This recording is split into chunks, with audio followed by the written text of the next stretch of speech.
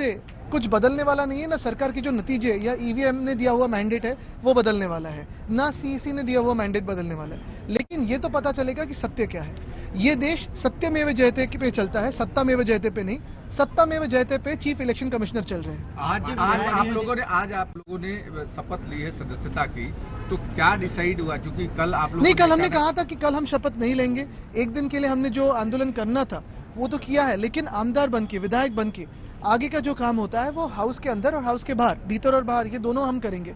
एक ही बात है इसमें कि हमारा आंदोलन तो जारी रहेगा, क्योंकि ये आंदोलन ये कोई एक दो दिन का नहीं है, ये एक लंबा चलने वाला आंदोलन है। क्योंकि ये सारी जनता जो है, देश की जनता आज पूछ रही है कि अगर कोई भी जीत रहा हो या हार रहा हो उसमें सत्य क्या है। और हम तो जीते हुए उम्मीदवार हैं, हम तो विधायक बन चुके हैं, तो भी हम पूछ रहे हैं कि हमें बैलेट पेपर पे वोटिंग क्यों नहीं अधिकार मिल रहा है। वीवीपैट का जो हमारे जो कई उम्मीदवारों ने मांगा था रिकाउंट, वो क्यों नहीं दिया गया। तो ये बातें तो लोगों की नजर में है। और कल भी आपने देखा होगा, कल जितना महत्व आपने भी दिया है हमें, क्योंकि हमारी जो आंदोलन की भूमिका थी वो उचित थी। आपके एक विधायक है सुनील राउत, उन्होंने बड़ा स्टेप लिया। उनका कहना है कि मैं इस्तीफा देने के लिए तैयार हूं, लेकिन मेरे विक्रोली में भी बैलेट पेपर होना चाहिए। ये मुझे लगता है सभी लोगों की भावना है कि अगर बैलेट पेपर पे हो तो चुनाव हो सकते हैं, लेकिन हमें पता है कि ये इलेक्शन कमीशन जो भाजपा के दफ्तर से चलता है वो होगा नहीं। जो काफी सारे प्रश्न उठाए गए हैं, आखिरी घंटे में जितना वोटिंग हुआ, कितने प्रतिशत वो रिवीजन हुई, ये सारे जो जवाब हम मांग रहे हैं, उत्तर मांग रहे हैं, वो तो दे इलेक्शन कमीशन, जनता में आके दे, ना कि सिर्फ निंदा करे। देखो, हंसी मजाक करनी है तो वो कपिल शर्मा शो पे भी जा सकते हैं या कई कॉमेडी शो पे जा सकते हैं और बात कर सकते हैं। वैसे तो उन्होंने चुनाव भी वैसे ही कॉमेडी जैसे चला है। इतनी % की रिवीजन, कितने प्रतिशत की रिवीजन हुई 2 दिनों में? कभी आपने इलेक्शन कमीशन के इतिहास में या सारे जो चुनाव है इस देश में उसके इतिहास में देखा कि इतनी रिवीजन होती है कभी 2 दिनों में? आज अपोजिशन लीडर को लेकर के टकराव दिखाई दे रहा है। समाजवादी पार्टी एक तरफ जहां बोल रही है कि वो अलग हो जाएगी, आप ही की देखिए, पार्टी के... मैं उन पे ज्यादा बयान नहीं देना चाहता। वो कभी कभी भाजपा की बी टीम, यानी यहाँ क्या अखिलेश जी के नहीं, अखिलेश जी अपनी लड़ाई लड़ रहे हैं, यहाँ के जो है वो कभी कभी भाजपा की बी टीम की जैसे बर्ताव करते हैं, वो हमने पहले भी देखा है। और इस चुनाव में भी मुझे ज्यादा बोलने के लिए आप इस पे ना लाइए। उन्होंने किसकी मदद की, कैसे मदद की, तो सबको जाहिर है। लेकिन मैं ये कहना चाहता हूँ कि कल का जो ट्वीट था वो पहले भी करते हैं, लेकिन हमारा जो हिंदुत्व है स्पष्ट है। हमने कभी ये नहीं कहा कि हम हिंदुत्ववादी नहीं है। हमारा हिंदुत्व घर में चूल्हा जलाने वाला हिंदुत्व है, हाथ को काम देने वाला हिंदुत्व है, हृदय में राम और हाथ को काम, ये करने वाला हिंदुत्व। और हम स्पष्ट है, हमारा हिंदुत्व सबको साथ में लेके चलने वाला है। यानी कहा था भाजपा ने सबका साथ सबका विकास, लेकिन हम सबका साथ सबका विकास असल में कहते हैं और करते भी आए हैं। हमें महाविकास आघाड़ी में ये जो ए टीम्स बी टीम्स है वो ना सिखाया। महाराष्ट्र ने देखा है कि हिंदू हो, मुस्लिम हो, सिख हो, ईसाई हो, पारसी हो, बुद्धिस्ट हो, सारे लोगों को साथ में लेके आगे जाने का काम उद्धव बाला ठाकरे इस व्यक्ति ने किया है और हम आगे भी करते रहेंगे। और यही हमारा हिंदुत्व स्पष्ट है, हृदय में राम, हाथ को काम। ममता बनर्जी जी ने कहा है कि इंडिया गठबंधन का वो लीड करने के लिए इच्छुक। आपको भी क्या लगता है, क्योंकि बाकी और पार्टियां समर्थन कर रही है इंडिया गठबंधन? ये हमारे देश के संविधान के लिए लड़ रहा है, हमारे लोकतंत्र के लिए लड़ रहा है। दिल्ली में भी अगर आप देखिए, लोकसभा में हो या हर एक राज्य में हो, हमारा जो गठबंधन है हमारे संविधान और हमारे जनता की आवाज के लिए लड़ रहा है। ममता दीदी तो हमारे बहुत करीबी है, उत्कृष्ट नेता भी है। वैसे ही केजरीवाल साहब अभी चुनाव में दिल्ली में उतरेंगे, तो ये सारे लोगों में बातचीत हो और आगे अपोजिशन लीडर के तौर पर क्या हो। मार्केटवाडी लॉंग मार्च हे राहुल गांधी सुरू करणार असल्याची माहिती होती, आपण देखील जाणार आहात? नक्कीच आम्ही जाणार आहोत। आम्ही या टप्प्याटप्प्याने जात आहोत, कारण तिथे आपण पाहताय जास्ती जर लोक गेली तर गडबड पण होऊ शकते। एक महत्वाचं आहे, स्थानिक जनतेने मार्केटवाडीमध्ये जे सांगितलं होतं की तिथे बॅलेट पेपरवर मॉक पोल पाहिजे। आता मॉक पोलने सरकार पडणार आहे का? तर नाही, पण सरकारच्या मनात एवढी भीती काय? निवडणूक आयोगाच्या मनात भीती काय एवढी? मॉक पोल दिला, बॅलेट पोल पेपरवर दिलं तर काय बिघडते तिथे? उलट तिकडचे जे जिंकून आलेले आमदार आहेत ते पण सांगतायत की आम्हाला मॉक पोल द्या। असं नाही ना की कोणी हरलेलं सांगतंय, जिंकून आलेलं सांगतायत।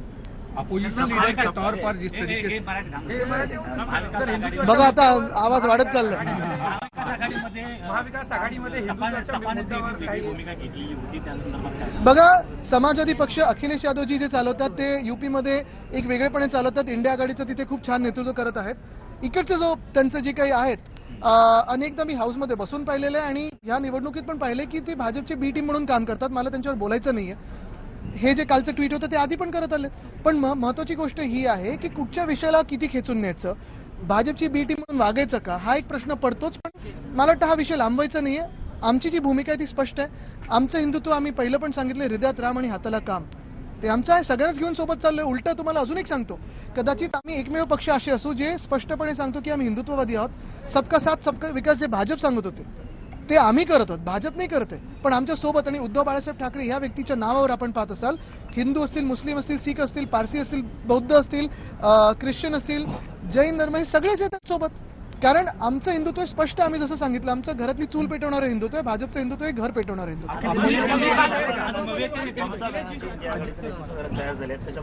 मला वाटतं आपण पाहत असाल ह्याच्यात वरिष्ठ नेते चर्चा करतील, पण आज ममता दिदी आहेत, जसं केजरीवाल साहेब आहेत, हे सगळेच नेते त्यांच्या राज्यामध्ये खूप चांगलं काम करतात.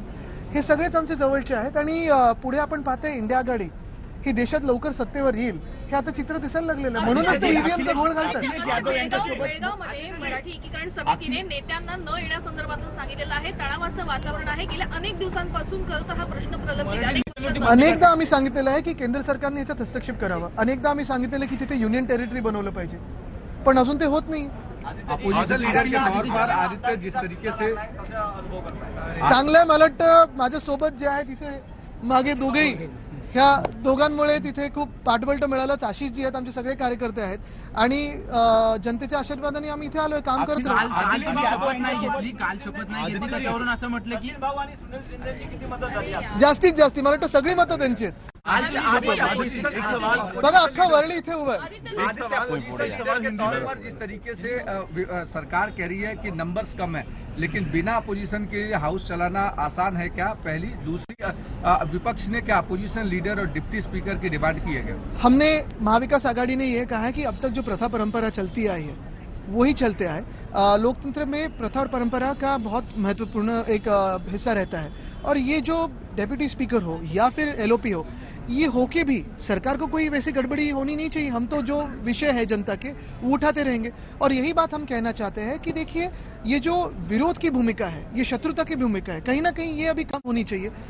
जो भी हो, ईवीएम ने मैंडेट दिया हो, इलेक्शन कमीशन ने मैंडेट दिया हो, बैठे तो है ट्रेजरी बेंचेस पे, तो अभी आगे जाके जो हम भी विषय उठाएंगे या वो उठाएंगे, ये सारी जनता की आवाज है. कहीं ना कहीं अगले 5 सालों में जनता के विषय, जनता की आवाज वहां है. सिर्फ एक दूसरे पे बातचीत करना, गाली देना, चिल्लाना, ये कहीं कम हो जाए. शिवसेना के पास सबसे ज्यादा मैंडेट हाउस में है, तो क्या एलओपी के तौर पर अमूमन शिवसेना का क्लेम बनता है? ये मुझे लगता है हमने तो अब जाके मांगा है, लेकिन इसमें कोई दो राय नहीं है. ये ना कोई एमवीए में गड़बड़ी है क्योंकि बयान चल जाएंगे. मुझे लगता है कि एमवीए ने ये कहा है कि प्रथा परंपरा को आगे लेके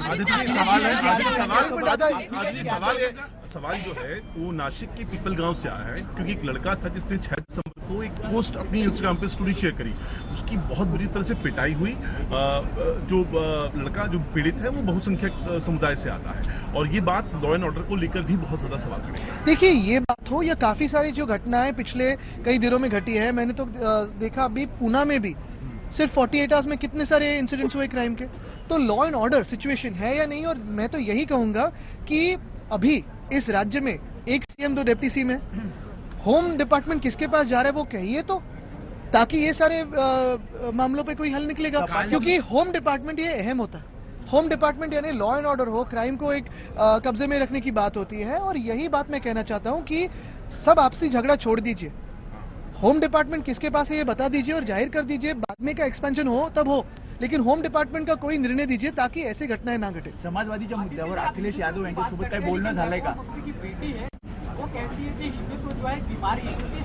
भाजपा उनके साथ पहले गई थी, तो भाजपा से पहले पूछे. नीतीश जी क्या कहते हैं, नीतीश कुमार जी, उनसे पूछे. चंद्रबाबू जी अब तक क्या कहते हैं, उनसे पूछे. और ये सब पूछने के बाद हमसे पूछे. 99 नंतर उपाध्यक्ष पद जे आहे ते विरोधी पक्षाला अजूनही दिलेलं नाहीये. तुम्हाला वाटतं की यमता हा नियम लागू करतील? आम्ही हेच सांगितलेलं आहे की आता एवढं बहुमत मिळाल्यानंतर प्रथा परंपरा परत सुरू करा. लिखित स्वरूपामध्ये तुम्ही मागितलेला आहे तो नियम कोणता आहे? मला वाटतं 3 महत्वाचे नेते जाऊन भेटून आलेत देवेंद्रजींना. मग पुढे बघू कसं काय. काल तुम्ही शपथ नाही घेतली, त्याच्यावरून बावनकुळे असं म्हणतात की संविधानाला मानणारे म्हणतात आम्ही, पण काल त्यांनी दिलेल्या संविधानाचा अधिकार वापरून ते देखील चायनाचं संविधान म्हणतात, मकावचं. आम्ही ह्या देशाच्या संविधानासाठी लढत आहोत आणि ह्या देशाच्या संविधानासाठी आम्ही जे लढत असताना ज्या संविधानाचा तुम्ही अपमान करून घटनाबाह्य सरकार 2 वर्ष बसवलं, महाराष्ट्राची लूट केलीत, त्याच संविधानाचा अपमान करून ईव्हीएम ला जे काही जुगाड करून तुम्ही जिंकला आहात त्याच्या विरोधात आम्ही लढत आहोत. नेते मुख्यमंत्र्यांना भेटले, काय चर्चेतून निघालाय? मी नव्हतो त्याच्यात. आदित्य करेक्ट